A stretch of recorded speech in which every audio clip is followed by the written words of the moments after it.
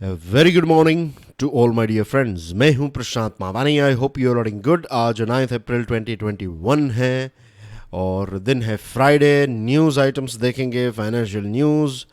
तीन टॉपिक्स हैं।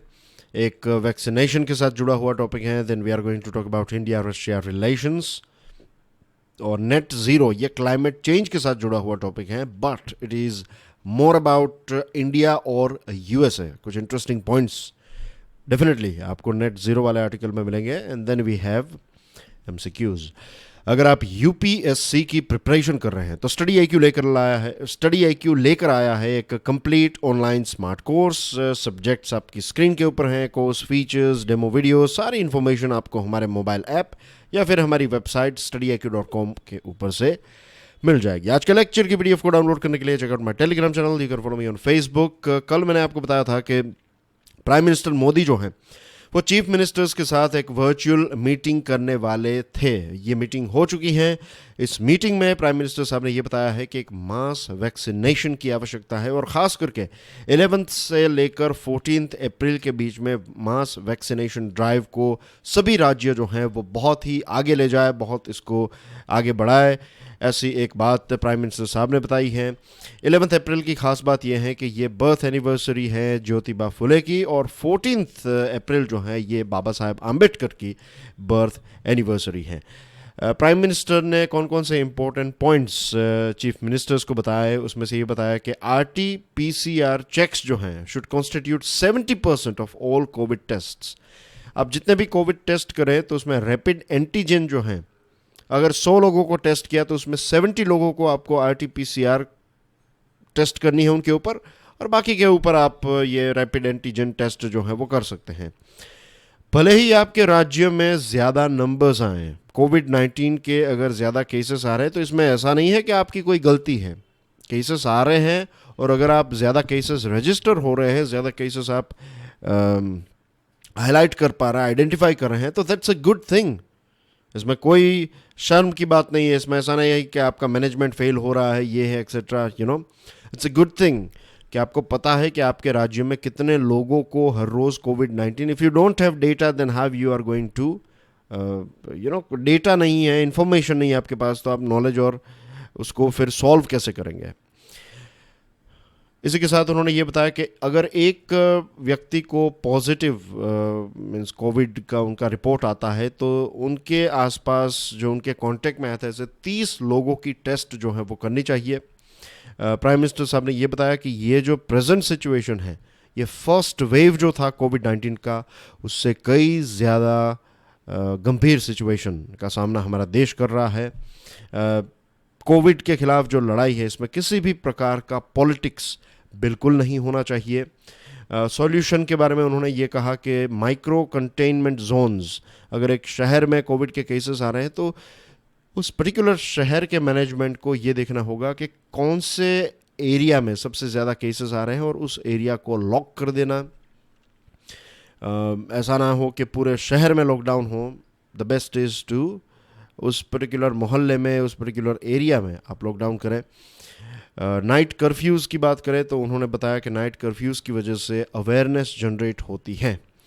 यस, ये भी बात सच है। ऐसा नहीं है कि नाइट कर्फ्यू बिल्कुल ही आवश्यक ही नहीं है। नाइट कर्फ्यू के नेगेटिव इम्पैक्ट्स भी हमने काफ़ी देखे हैं, राइट। ये 10 बजे तक का जो नाइट कर्फ्यू रहता था पहले, मीन्स अलग अलग, फॉर एग्जांपल दिल्ली में आज भी 10 बजे तक है, इज़न्ट इट। और दूसरी जगहों पर, दूसरे राज्यों में, फॉर एग्जांपल गुजरात की बात करूँ तो 8 बजे का हो गया है। तो वो 10 बजे वाला, 9 बजे वाला जो था तो उसका कोई इतना ये अवेयरनेस के तौर पर या फिर इतना कुछ ज़्यादा था नहीं। लोग जो हैं वो घूमने के लिए निकलते थे, ये सारी चीज़ें थी। रेस्टोरेंट और उनके बिज़नेस के पॉइंट ऑफ व्यू से देखें तो ये डिसीजंस काफ़ी गलत थे, क्योंकि दिन के जो रेस्टोरेंट्स सिर्फ रात को ही ऑपरेट होते हैं, उनका क्वेश्चन भी वैलिड था कि भाई पूरे दिन लोग यहाँ वहाँ घूमते रहते हैं और रात को ही सिर्फ आप ये कर्फ्यू लगा रहे हैं, तो उससे कोविड-19 कैसे आप रोक पाएंगे। तो उनकी बातें भी सही थी, लेकिन एक अवेयरनेस का काम भी नाइट कर्फ्यू जो है वो करता है। अब ये कितना इफ़ेक्टिव है, means to be honest, being very frankly, I don't think night curfew will help कि सिर्फ नाइट कर्फ्यू के ऊपर अगर हम रिलायबल हैं तो that is not a solution. Covid appropriate behaviour is the key. Availability of vaccine has to be prioritised. Pan India strategy has to be adopted. हर जगह पर कोविड-19 की वैक्सीन अवेलेबल होनी चाहिए और वैक्सीन वेस्टेज को रोकने के बारे में भी प्राइम मिनिस्टर साहब ने बात बताई है. प्राइम मिनिस्टर ने यह भी कहा कि महाराष्ट्र, छत्तीसगढ़, पंजाब, मध्य प्रदेश, गुजरात और कुछ ऐसे राज्य हैं जिन्होंने फर्स्ट वेव में जो पीक था उस पीक को ऑलरेडी क्रॉस कर लिया है इन सारे राज्यों में. तो you can understand dear friends कि ये जो कोविड चल रहा है, कोविड की जो सेकंड वेव है, it's a very destructive wave, it's a very dangerous wave. ये हमें लाइटली बिल्कुल नहीं लेना चाहिए. हेल्थ मिनिस्टर हर्षवर्धन साहब ने ये बताया है कि कोविड वैक्सीन को लेकर जो शॉर्टेज कुछ राज्य बता रहे हैं ये सरासर गलत बात है. उन्होंने ये बताया कि भारत ने लगभग 9 करोड़ से ज़्यादा लोगों को वैक्सीनेट किया है. उन्होंने ये भी बताया कि 4 करोड़ 30 लाख जितने डोजेस जो वैक्सीन जो हैं ये स्टॉक में ऑलरेडी हैं और ये अलग अलग राज्यों को डिस्ट्रीब्यूट किए जाएंगे. पॉलिटिक्स, कई लोगों का ये मानना है, ये कहना है कि कोविड वैक्सीन को लेकर एक पॉलिटिक्स चल रहा है कि सेंट्रल गवर्नमेंट जो बीजेपी के राज्य हैं उनको वैक्सीन दे रही है, नॉन बीजेपी राज्यों को वैक्सीन नहीं दे रही है. तो देखिए, महाराष्ट्र एक नॉन बीजेपी राज्य है, राजस्थान जो हैं ये भी एक नॉन बीजेपी राज्य हैं. तो ये दोनों राज्य जो हैं इन्होंने सबसे ज़्यादा लोगों को, महाराष्ट्र इज़ नंबर 1. महाराष्ट्र ने 1 करोड़ 6 लाख लोगों को वैक्सीनेट किया है. राजस्थान ने 1 करोड़ 4 लाख लोगों को वैक्सीनेट किया है. तो दिस इटसेल्फ, ये फिगर इटसेल्फ प्रूव करता है कि वैक्सीन को लेकर जो है, आई एम नॉट सेइंग कि 100% बट एटलीस्ट वैक्सीन को लेकर बड़े लेवल पर ऐसा कोई पॉलिटिक्स नहीं चल रहा है. वरना फिर महाराष्ट्र और राजस्थान जैसे राज्य जो हैं वो इतने सारे लोगों को वैक्सीनेट नहीं कर पाते. They are number 1 and number 2. Number 1 position Bharat में है महाराष्ट्र और सेकंड नंबर पर है राजस्थान. फिर 3 टेररिस्ट को मार गिराया है हमारी सिक्योरिटी फोर्सेस ने. शोपियान डिस्ट्रिक्ट, जम्मू एंड कश्मीर की बात है. आपकी स्क्रीन के ऊपर ये जो तस्वीर है, इनका नाम है मार्क रूट और ये नेदरलैंड्स के प्राइम मिनिस्टर हैं. आज नेदरलैंड्स और भारत के प्राइम मिनिस्टर के बीच में एक वर्चुअल समिट होने वाली है. दोनों देशों के बीच में काफ़ी गहरे रिश्ते हैं और नेदरलैंड्स जो है वो एक ऐसा देश है जिसमें अगर कॉन्टिनेंटल यूरोप की बात करें तो सबसे ज़्यादा भारत के रहवासी जो हैं, जो प्रवासी भारतीय हैं, इंडियन डायस्पोरा जो हैं, वो सबसे ज़्यादा नेदरलैंड्स में रहते हैं. और आपके लिए एक प्रश्न भी है कि कल भी मैंने एक प्रश्न पूछा था, मैंने देखा आप में से बहुत सारे स्टूडेंट्स ने उसका आंसर दिया है, तो big clap for all of you guys. आज का एक प्रश्न है कि नेदरलैंड्स जो हैं उसके कैपिटल का नाम क्या है, बताइए. और ये जो कैपिटल है उस कैपिटल में एक बहुत ही फेमस रिवर भी है, एक नदी है, तो उस नदी का नाम भी बताइएगा. तो ये नेदरलैंड्स के साथ जुड़े हुए 2 प्रश्न मैंने आपको पूछा है. दोनों देशों के बीच में काफ़ी अलग अलग क्षेत्रों में कोऑपरेशन है. वाटर मैनेजमेंट, इसलिए मैंने नदी के बारे में पूछा. एग्रीकल्चर एंड फूड प्रोसेसिंग, इसमें भी नेदरलैंड्स काफ़ी आगे हैं. Health care, smart cities, urban mobility. Urban mobility की बात करूं तो नेदरलैंड्स का जो कैपिटल है, दुनिया में सबसे ज़्यादा साइकिल इस्तेमाल जो है वो, बाइसिकल जो है वो इस शहर में इस्तेमाल होती हैं. वहाँ के लोग जो हैं वो दीवाने हैं, means they are like they love bicycle. और आपको इतनी वैरायटी की बाइसिकल मिलेगी वहाँ पर, यू विल नॉट बिलीव. आप देखिएगा, आप वीडियो कुछ यूट्यूब में देखिएगा इस पर्टिकुलर शहर को. मैं नाम नहीं ले रहा हूँ, मेरे मुंह से 2-3 बार वो नाम बाहर निकल जाने वाला था, बट बहुत ही कंट्रोल कर रहा हूँ. Science and technology, renewable energy and space, ये सारे क्षेत्रों में दोनों देश जो हैं वो एक दूसरे के पार्टनर्स हैं और मिलकर काम करते हैं. भारत और चाइना के बीच में 11th round of talks Chushul में आज होने वाली है. इट्स अबाउट LAC का लेकर जो इश्यू हैं, डिसएंगेजमेंट को डिस्कस करने वाले हैं. फिर NIA कोर्ट ने एक बांग्लादेशी टेररिस्ट को 7 ईयर की सज़ा सुनाई है. प्राइम मिनिस्टर मोदी साहब जो हैं वो डॉक्टर हरे कृष्णा मेहताब की एक ट्रांसलेशन जो है, किताब है ओडिशा इतिहास, ये रिलीज़ करने वाले हैं। First delegation level virtual police chiefs dialogue between India and Sri Lanka to be held today. और डिफेंस मिनिस्टर राजनाथ सिंह जो हैं वो उनके काउंटर पार्ट कजाकिस्तान के मिनिस्टर के साथ बातचीत करने वाले हैं। फाइनेंस न्यूज़ की बात करें तो एक नेगेटिव इम्पैक्ट ऑलरेडी नज़र आने लगी है। कोविड-19 की वजह से ये सिचुएशन नज़र आ रही है। Just a second.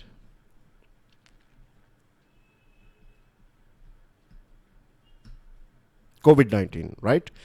तो कोविड-19 की वजह से जो मॉल्स हैं, मॉल्स में लोगों का आना, जो फुटफॉल्स कहते हैं जिसको, तो ये 15 से 30% जितना एक ड्रॉप देखने को मिला है। फैशन रिटेलर्स जो हैं, जो फैशन और कपड़े एक्सेट्रा सारी चीज़ों के साथ, जो shoes and so many other things, right. तो फैशन रिटेलर्स जो हैं उनका ये भय है कि ये फर्स्ट क्वार्टर जो है, अब कल ही मैंने आपको क्वार्टर और सारी चीज़ें समझाई थी, तो I am not repeating those things again. First quarter में 20 से 25% जितना उनको नुकसान हो सकता है। और अप्रैल मई पीरियड जो है, फरवरी और मार्च पीरियड जो है वो थोड़ा एक स्लो डाउन वाला पीरियड होता है रिटेल बिजनेस के लिए। लेकिन अप्रैल में जो पीरियड है इसमें फिर से एक पिकअप देखने को मिलता है, लेकिन ये अफेक्ट होगा बिकॉज ऑफ कोविड-19। गवर्नमेंट ने नए कॉपीराइट रूल्स को नोटिफाई किया है। फिर एक इंटरेस्टिंग चीज़ है, pre pack insolvency plan for micro small and medium enterprises to save jobs, ये कहा है MCA सेक्रेटरी ने। नाउ ये जो प्री पैकेज इंसॉल्वेंसी प्लान जो है वो क्या है? A pre-packaged resolution allows a company to prepare a restructuring plan in cooperation with creditors before initiating insolvency proceedings, reducing the time and cost involved in the process. एक pre-packaged resolution जो होता है ये कंपनी को एक chance देता है कि कंपनी जो है ये एक रीस्ट्रक्चरिंग प्लान तैयार करें, और जो क्रेडिटर्स हैं जिन्होंने कंपनी को, लेट्स से कोई बैंक ने पैसा दिए हैं, तो बैंक एक क्रेडिटर है उस कंपनी की, तो ये बैंक और कंपनी जो हैं ये मिलकर एक रीस्ट्रक्चरिंग प्लान को तैयार कर सकते हैं। इंसॉल्वेंसी प्रोसीडिंग, जब एक केस फाइल आप करें उससे पहले आप एक रीस्ट्रक्चरिंग प्लान को डिज़ाइन कर सकते हैं। तो इससे होगा ये कि वो कंपनी बंद नहीं होगी। कंपनी बंद नहीं होगी तो फिर लोगों की जॉब्स जो हैं वो भी बच जाएगी। इसलिए ये बहुत ही सिंपल बात है। अगर आप ऐसे ही इसको पढ़ेंगे तो शायद कभी ना समझ पाएँ, लेकिन अगर आप ऐसे एग्जाम्पल्स के साथ समझें देन आई बिलीव कि it becomes very easier, isn't it. तो दैट्स हाउ इट वर्क्स कि आप पहले ही एक प्लान तैयार कर लेते हैं, फिर जब केस फाइल होगा, केस के बाद जो अदालत का जो आपके ऊपर एक अदालत का जो जजमेंट आएगा, उसके बाद आप रिस्ट्रक्चरिंग करें। उससे पहले अगर आप बैंक और क्रेडिटर्स और कंपनी दोनों मिलकर ऐसा एक प्री पैकेज्ड रेजोल्यूशन तैयार कर लें तो फिर यहाँ तक जाने की आवश्यकता नहीं होगी। और फिर अगर आपको जाना भी है तो फिर कोर्ट का आदेश जो है उसमें भी एक स्पीड अप देखने को मिलेगा। तो इससे टाइम और कॉस्ट दोनों चीज़ें बच जाएगी, एनर्जी भी बचेगी और जॉब्स जो हैं वो लोगों की बच जाएगी। इसमें थ्रेशोल्ड लिमिट है कि 10 लाख और उससे ज़्यादा की जो ऐसी राशि के साथ, या फिर 10 लाख या फिर उससे ज़्यादा बड़े जो केसेस हैं वो इसमें कवर किए जाएंगे ये प्री पैक इंसॉल्वेंसी प्लान में। ओके, क्रूड ऑयल की प्राइस जो है उसमें एक गिरावट देखने को मिली। Crude oil prices fall after official data showed big increase in US gasoline stock. अब यूएसए का जो गैसोलीन यानी कि फ्यूल का स्टॉक जो है वो इंक्रीज़ क्यों हुआ? क्योंकि उसकी डिमांड कम हो रही है। आपका प्रोडक्शन तो एक लेवल का है, लेकिन हर रोज़ आप 10 लीटर पैदा करते थे और 10 लीटर यूज़ हो जाता था, लेकिन अब हो रहा है ये कि आप 10 लीटर पैदा कर रहे हो लेकिन सिर्फ 7 लीटर 8 लीटर की ही डिमांड है। तो एवरीडे आपके पास 2-2 लीटर एक्स्ट्रा हो रहा है। तो 5 दिन के बाद ऐसी सिचुएशन आ जाएगी कि आपके पास 10 लीटर ऑलरेडी है और आप फिर 10 लीटर प्रोड्यूस कर रहे हैं।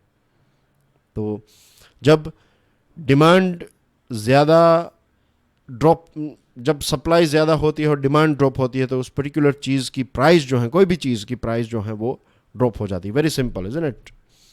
यह है डिमांड, यह है सप्लाई।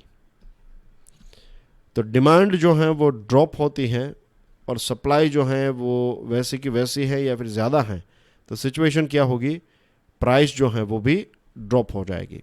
ओके, सिंपल है.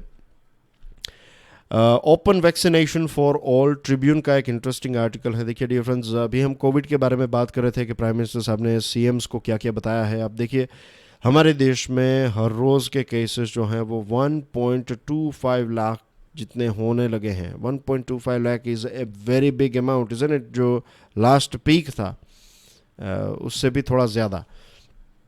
कुछ राज्यों ने जैसे पार्शियल शटडाउन, गैदरिंग के ऊपर एक बैन लगा दिया है, नाइट कर्फ्यूज़ लगा दिए हैं. तो ये सारी चीज़ें भी अभी हमने डिस्कस की. इसका एक ही सॉल्यूशन है. अगर हमें इस ट्रेन को रोकना है कोविड-19 की, then you have to pull the chain. और इसके लिए आपको चाहिए vaccination. Vaccination is the key, right. ये बेस्ट सॉल्यूशन है.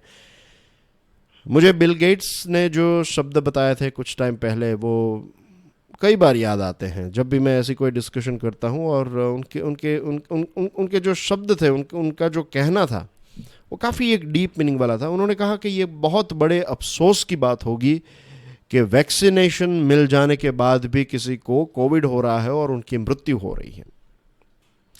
जब तक हमारे पास इसकी कोई वैक्सीनेशन नहीं थी, तब तक हम समझ सकते हैं कि सिचुएशन अलग थी. आज अगर हमारे पास, मीन्स याद कीजिए वो दिन जब वैक्सीनेशन की खोज चल रही थी, जब हम उसको ढूंढ रहे थे, जब हमारे पास ये कोविड की शुरुआत हुई, तो उस टाइम पर ये लग रहा था कि ए ईश्वर है भगवान, एक बार हमें वैक्सीनेशन मिल जाए, उसके बाद हम सभी को, पूरी दुनिया को वैक्सीनेट कर देंगे. वो एक जज्बा था. आज वैक्सीनेशन है हमारे पास, लेकिन बहुत सारे ब्यूरोक्रेटिक हर्डल्स और ये डिसीजन वो डिसीजन, इनको सप्लाई करना नहीं मिल रहा है, पॉलिटिक्स और कितनी सारी चीज़ें इसमें चल रही हैं. तो ये एक अफसोस की बात है. दूसरी चीज़, एक कोविड अप्रोप्रिएट बिहेवियर लोगों का भी होना चाहिए. सरकार, मैं ये बिल्कुल नहीं मानता हूँ कि सारी चीज़ें सरकार ही कर सकती है. अगर लोगों का स्वच्छ भारत अभियान को देख लीजिए, क्या सरकार ने एडवर्टीजमेंट के पीछे, सरकार ने कितने सारे टॉयलेट्स क्रिएट किए. बहुत सारे रिपोर्ट्स में पॉजिटिव नेगेटिव ये सारी चीज़ें आ रही हैं. बट आज से 7-8 साल पहले, आज मीन्स भारत के इतिहास में कभी आपने देखा है कि कोई प्राइम मिनिस्टर जो है वो झाड़ू लेकर चीज़ों को स्कूल या फिर अलग अलग जगहों पर साफ़ सफाई करे? Can you just imagine that thing? ये पॉसिबल ही नहीं था, राइट. आज हर जगह पर आपको जो डस्टबिन नज़र आ रही हैं, तो ये बहुत this things were not visible. लेकिन आज मैं ऐसा नहीं कह रहा हूँ कि भारत दुनिया का सबसे क्लीन सिटी है, नहीं है, या फिर क्लीन देश है, नहीं है. उसके पीछे रीज़न ये है कि सरकार ने स्टार्टिंग की इसकी, लोगों ने उस टाइम पर, लेकिन बहुत सारे ऐसे लोग हैं जो यहाँ वहाँ कचरा जो है वो आज भी फेंकते हैं. तो हम मास्क पहने, हम सब मास्क पहने, लेकिन कुछ ऐसे लोग हैं जो मास्क ना पहने, वो अपने हाथ जो हैं वो सैनिटाइज नहीं कर रहे हैं, वॉश नहीं कर रहे हैं.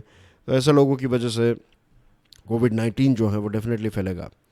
तो वैक्सीनेशन इज़ द बेस्ट की. वैक्सीनेशन और कोविड अप्रोप्रिएट बिहेवियर, इससे ही हम इसको रोक सकते हैं. द ट्रिब्यून न्यूज़पेपर ने ही एक रिपोर्ट रिलीज़ किया था कि 13% जितने कोविड फैटालिटीज़ जिनकी मृत्यु हुई है, ये 3 शहरों में, चंडीगढ़, मोहाली और पंचकुला में. तो ये 3 शहरों में टोटल कोविड की वजह से जो मृत्यु हुई, उसके 13% लोग जो हैं उनकी उम्र 45 से भी कम थी. उनकी एज 45 से भी कम थी. तो दिस इंडिकेट्स कि ये जो सरकार ने डिसीजन लिया है कि फ़िलहाल 45 से ही ज़्यादा के लोग जो हैं उनको वैक्सीनेट किया जाए, तो वी शुड स्टॉप इट. जो प्राइम मिनिस्टर ने ये कहा है, वेस्टेज के बारे में कहा ना प्राइम मिनिस्टर ने कि check vaccine wastage. See here, check vaccine wastage. तो यूएसए जो कर रहा है वो हम कर सकते हैं. कि आप कुछ लोगों को रजिस्टर कर सकते हैं, यंगस्टर्स को, और कुछ ऐसी वैक्सीन्स हैं जो आपके उसकी वैलिडिटी ख़त्म हो जाएगी, तो इट इज़ बेटर उससे पहले वो डस्टबिन में जाएं. उससे तो अच्छा है कि उस वैक्सीन को आप किसी यंगस्टर को एडमिनिस्टर कर दें. जितने ज़्यादा लोगों को हम वैक्सीनेट कर सके, we should try to do it. फिर पॉलिटिकल वन अपमैनशिप कि मैं सब कर रहा हूँ, मेरी वजह से हो रहा है, मेरे राज्य में, ये सारी चीज़ें जो हैं वो हमें पीछे छोड़नी पड़ेगी। ये पॉलिटिकल रोटियां सेकने का टाइम बिल्कुल नहीं है। It's not about collecting brownie points, political brownie points. ये वक्त है कि हम एक रिजल्ट डिलीवर करें। अलग अलग पॉलिटिकल पार्टीज़ जो हैं वो मिलकर as a human beings, as Indians मिलकर वी कैन सेट एग्जाम्पल कि दुनिया का सेकंड सबसे पॉपुलेटेड देश जो है वो जब चाहे तो क्या नहीं कर सकता। दिस इज़ एक हमारे लिए अपॉर्चुनिटी है ये चीज़ प्रूव करने के लिए। कल हम बात कर रहे थे कि सीरम इंस्टीट्यूट ऑफ इंडिया ने और भारत बायोटेक ने दोनों ने पैसों की एक रिक्वेस्ट की है। उन्होंने कहा है कि सरकार उनको 3,000 करोड़ की एक ग्रांट प्रोवाइड करे ताकि वो कोविशील्ड का जो प्रोडक्शन है उसको और ज़्यादा एक्सपांड कर सके। अब इसको लेकर सरकार को आई वुड से सोचना नहीं, लेकिन एक्शन ज़्यादा लेनी चाहिए। दे शुड डू, गवर्नमेंट को ये पैसे जल्द से जल्द रिलीज़ करने चाहिए। जितनी ज़्यादा हम वैक्सीन बना सके उतनी ज़्यादा हम डिस्ट्रीब्यूट कर पाएंगे। फिर स्पुतनिक वी या फिर स्पुतनिक 5 जो हैं इसको भी एक टाइम पर ग्रीन सिग्नल दिया जाए, क्योंकि रशियन डायरेक्ट इन्वेस्टमेंट फंड जो हैं वो हमारे देश में 700 से 750 मिलियन ये स्पुतनिक के डोजेस बनाने के लिए भारत की मैन्युफैक्चरिंग फार्मास्यूटिकल फर्म्स जो हैं उनके साथ डील करना चाहते हैं। और जैसे मैंने आपको बताया, covid appropriate behaviour is important. वे सारे पॉलिटिशियंस, पॉलिटिकल पार्टीज जो सुपर स्प्रेडर्स हैं, जो बड़ी बड़ी सभाएं करते हैं, जो बड़े बड़े नारे लोगों को इकट्ठा करते हैं, तो उन पॉलिटिकल पार्टीज़ को पिनलाइज करना चाहिए।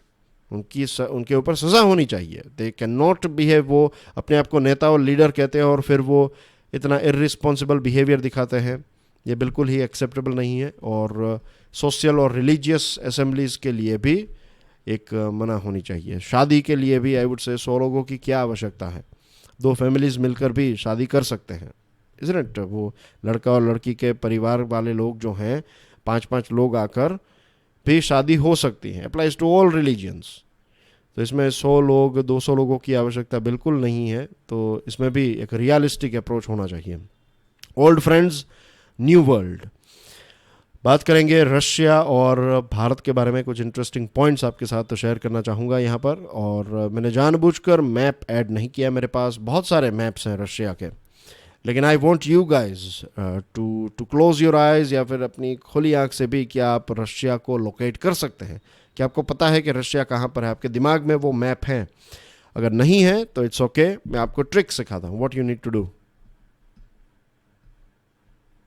एटलास खोलिए।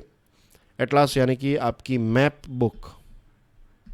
अगर आप मैप बुक का इस्तेमाल नहीं कर रहे then what you can do is, अगर ख़रीद सकते हैं देन परचेस इट, अगर नहीं तो दैट्स फाइन।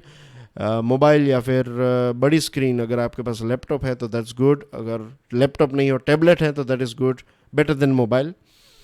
अगर नहीं भी है, means if you don't have laptop, if you don't have tablet और सिर्फ स्मार्टफोन है तो कोई बात नहीं, स्मार्टफोन का इस्तेमाल करें। थोड़ी ज़्यादा फोकस आपको पे करना पड़ेगा। अब इसमें ऐसा कुछ नहीं है कि मेरे पास लैपटॉप नहीं है तो I can not study map, ऐसे कोई भी एक्सक्यूजेस नहीं होने चाहिए।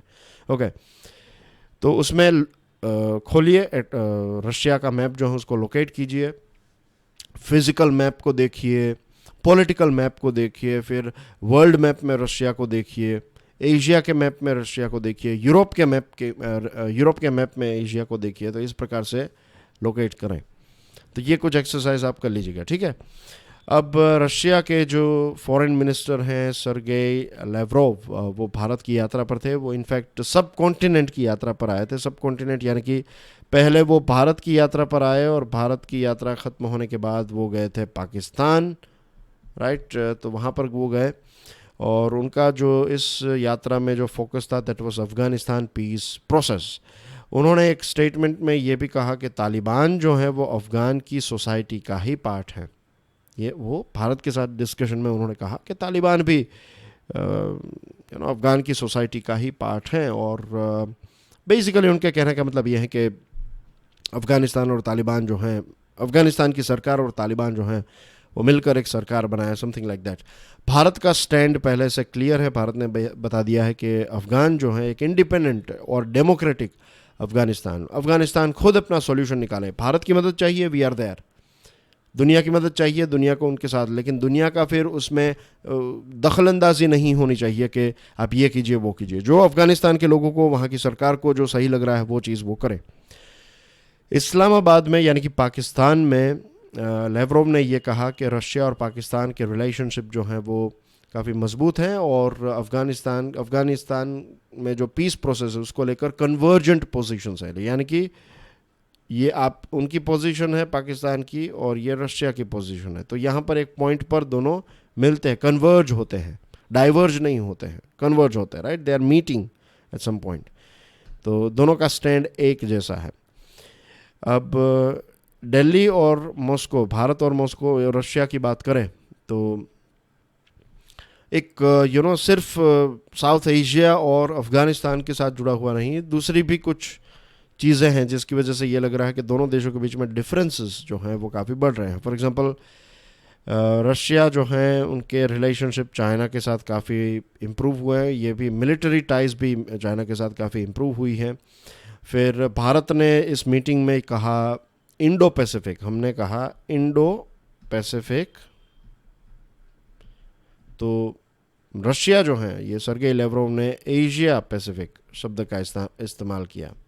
जब आप इंडो पैसिफिक कहते हैं तो फिर इसमें यूएसए और ये सारी चीज़ें इंक्लूड हो जाती है, एशिया पैसिफिक में फिर वो नहीं होते हैं।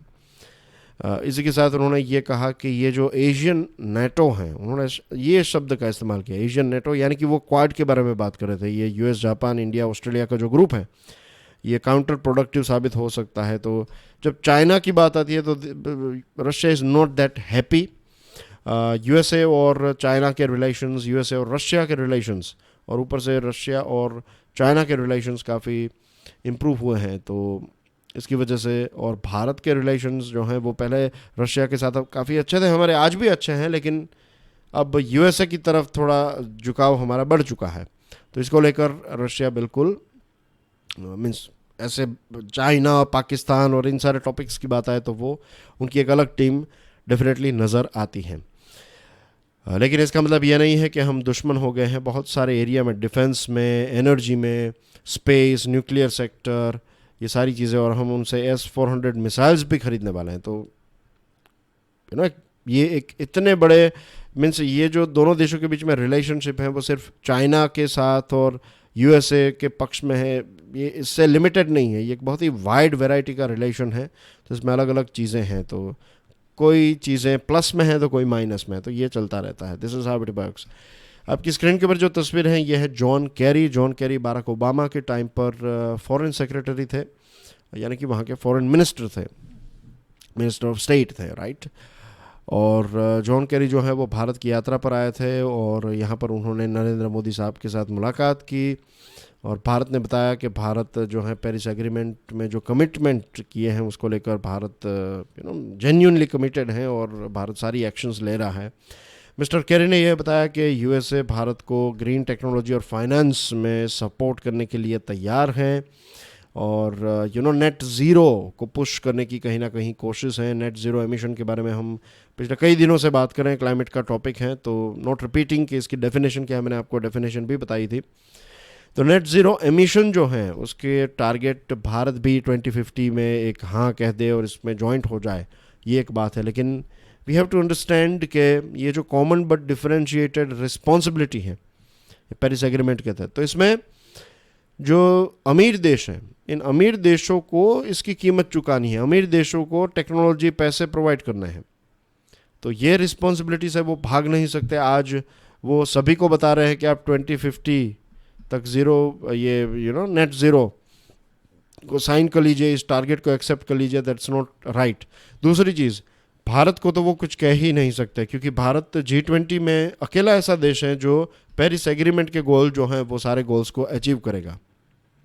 भारत को ऑफ कोर्स ऐसा नहीं है कि भारत ने सारी चीज़ें मीन्स, लेकिन आप देखिए G20 का अकेला ऐसा देश जो सारे पेरिस एग्रीमेंट गोल्स को मान रहा है और इसको इसके ऊपर चल रहा है। तो यूएसए ये नहीं कर रहा है। यूएसए के पास्ट रिकॉर्ड को अगर हम देखें तो उनको खुद के जो ग्रीन फाइनेंसेस और टेक्नोलॉजी के रिकॉर्ड्स हैं वो काफ़ी अच्छा नहीं है। जो प्रोमिसेस की हैं उन प्रोमिसेस को निभाया नहीं है। तो यहाँ पर भारत को भी एक नेगोशिएशन जो है वो डेफिनेटली करना चाहिए और भारत को भी एक टफ नेगोशिएशन देना चाहिए कि देखिए आप हमारे ऊपर ये सिर्फ नेट ज़ीरो जो है दैट इज़ नॉट इनफ। हम जो कर रहे हैं let us follow that thing, और अगर सपोर्ट की आवश्यकता है then definitely you can help us, but हम नेट ज़ीरो जो है वो फ़िलहाल उसको नहीं कर सकते बिकॉज ऑफ डेवलपमेंट का भी एक हमें भारत को डेवलप भी करना है, इज़न्ट इट। ये हैं कुछ जो कल के प्रश्न थे उनके आंसर्स, और this are new MCQs dear friends. Please PDF को डाउनलोड करने के बाद इनको देख लीजिएगा। आज थोड़ा हमारे पास वक्त कम है, and I will see you soon. Till then enjoy your studies. God bless you all. Jai Hind.